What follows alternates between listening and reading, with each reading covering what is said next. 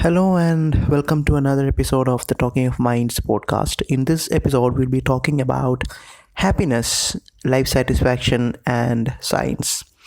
So, for this purpose, we do not define happiness as just as pleasurable experiences in life, but also as a way to having life satisfaction in general, and how insights from science can help us in achieving them. When we approach happiness as a way to life satisfaction, we need to address a very important thing about how we define the ways to derive happiness in life. So usually we have this concept of happiness being related to some distant milestones in life, some things that we have to achieve in life, or we have to acquire in life, which will give us happiness for a long term. This can be, a promotion in a job, a better job that we are looking to, a new car that you are going to buy, or a new house, and whatnot, an exam that you are going to pass, a world tour that may happen or never happen. These are important, yeah, no doubt, but happiness may not be limited to having such milestones in life. Happiness can also be derived from small and everyday things that we do in life. And when we compare these two, these small things in life that we do are much more in number, and they all have a potential to give us happiness. So we'll be looking at how to derive happiness, or what are the things that we do in our daily life to increase our happiness and life satisfaction. Also, another important factor that we have to consider is that the extreme experiences in life, whether they are good experiences or bad experiences, any extreme experience in life may not have a lasting effect of more than a few months, or even at the maximum of an year. If you win a lottery, if you get a fancy car, or you buy a fancy flat, whatever that you consider as an extreme experience of happiness or sadness in life, the extent of that experience need not last long, and you will eventually return to the level of life satisfaction, or the level of well-being that you were in before that experience. And that is also another reason why we have to focus on the small incidents in life, the everyday life in which we have so many chances of finding happiness. Also, when we speak about happiness, we have to be aware of the basic biology of happiness, what constitutes happiness and life satisfaction at a neurological level or a biological level. So we'll have to most of us may know, still we have to brush up what are the basic chemicals behind happiness. So some of the most important chemicals behind happiness are, one is serotonin, which is related to mood, satisfaction, self-confidence, optimism, etc. And serotonin also reduces your anxiety, and it can help you protect you from depression, or help you fight depression if you have a problem of depression.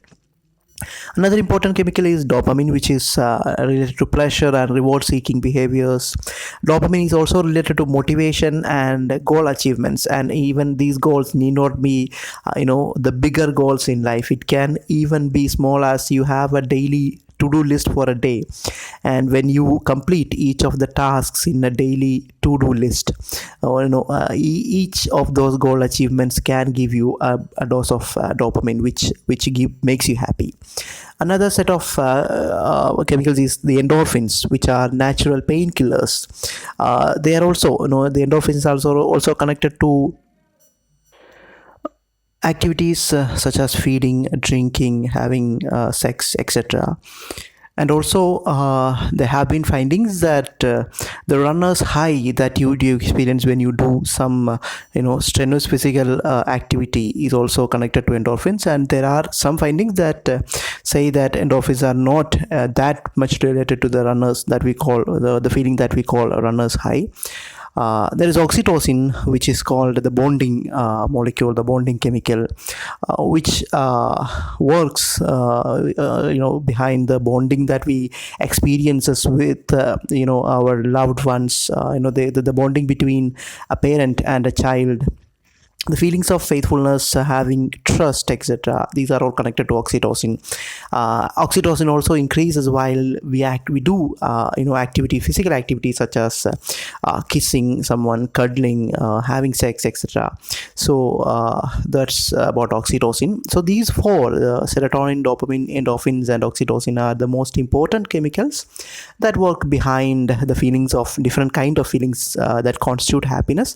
There are many other chemicals about which studies are going on. We are getting new insights every day about all these chemicals.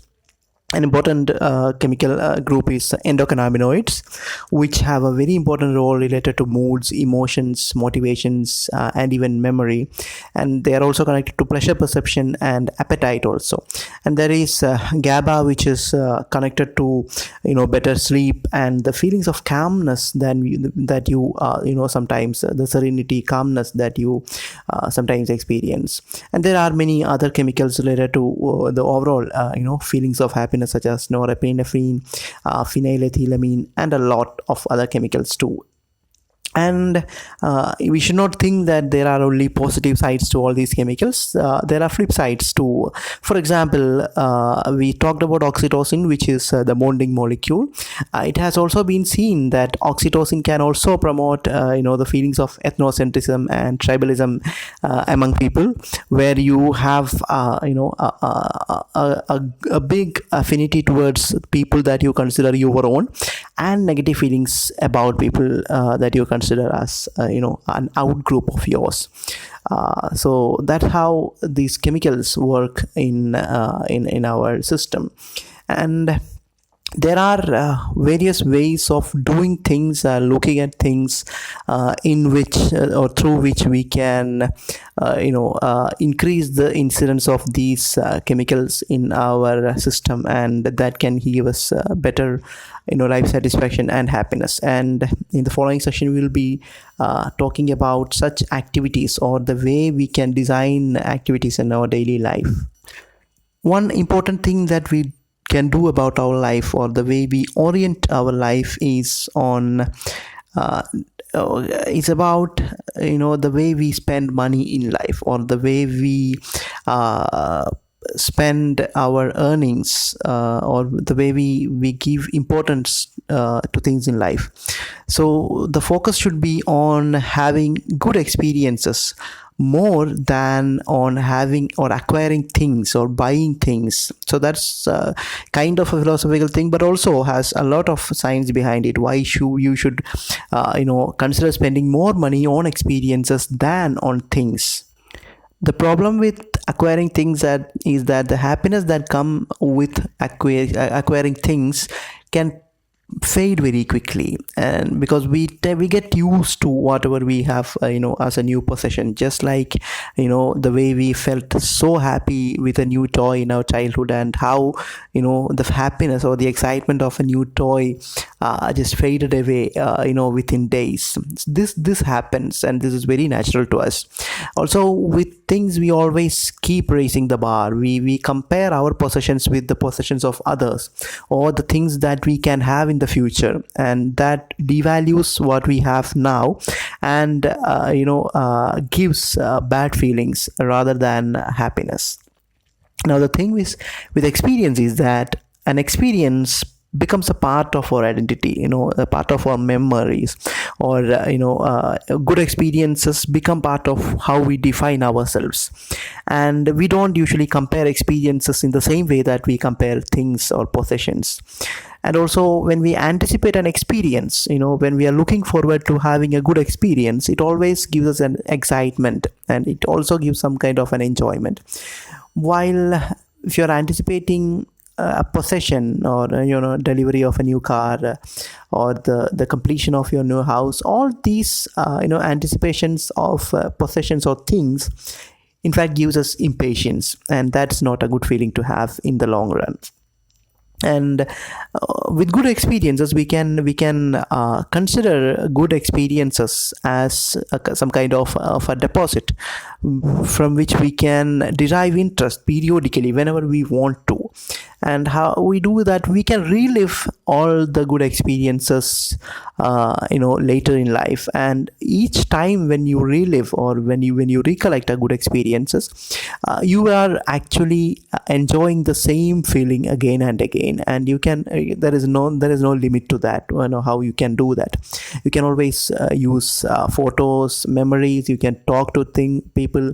You can talk to people who were involved with us in those experiences. We can explain to people who are not part of these experiences. All these actually gives us a good feeling that was actually connected to the original good experience. And this can in fact improve your happiness, your satisfaction levels with your life.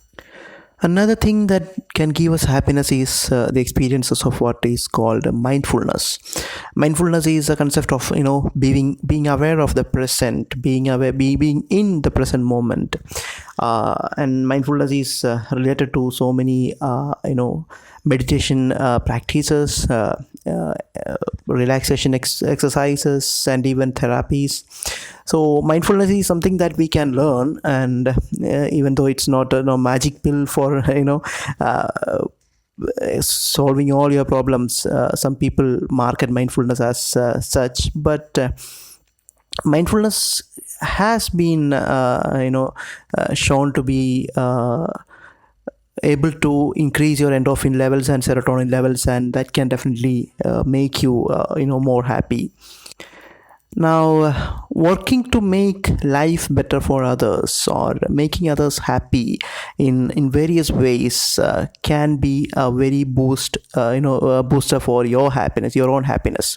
In fact, an act of kindness is said to create a positive feedback loop, where you feel good about yourself, and you are motivated to do more good for others. When a person receives kindness from another person, they also experience all these good feelings, and that motivates them to do good for others. And that's how kindness, or good acts, can create a chain reaction of kindness and happiness. And this is something that Keralites may have seen with their experience in during the recent disasters.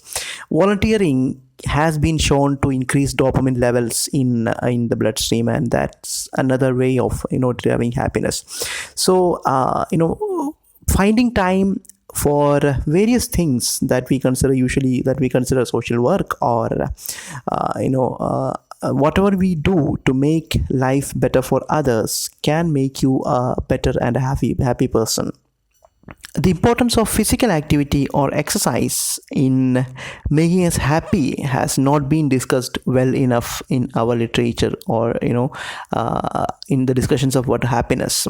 Physical activity or exercise is mostly discussed as a way to improve your health and your well-being.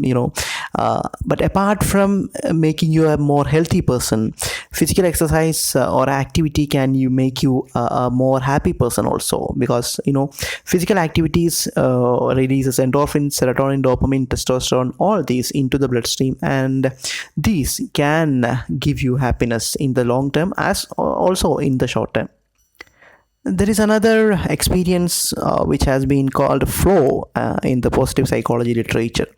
And now, flow is an experience where you have a suspended sense of self.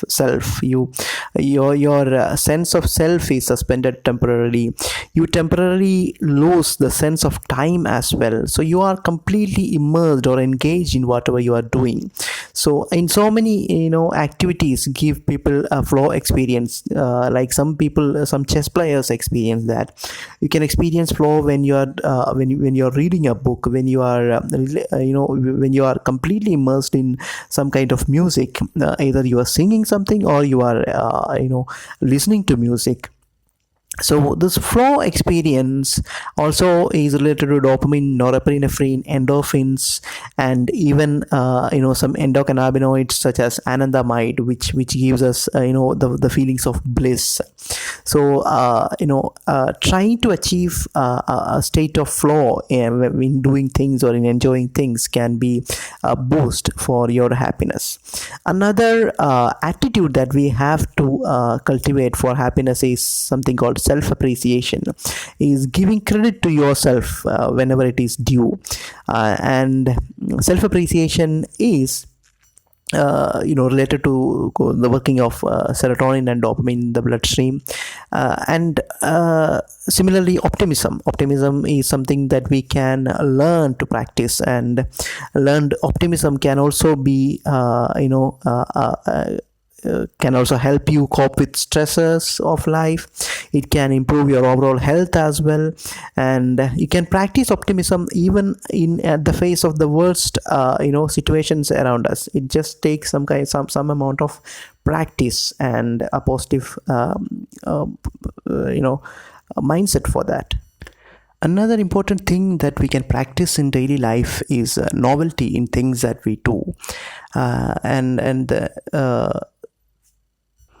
the importance of novelty lies in the fact that any kind of repetition or familiarity breeds some kind of boredom for the brain, and practicing novelty in everyday life, in whatever things that we do in our daily life, can make us happy both in the long term and also to some extent in the short term.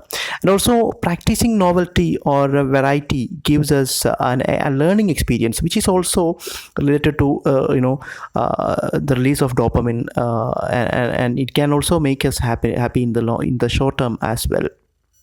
Spending time with people who are happy triggers our mirror neurons, and they can make us happy.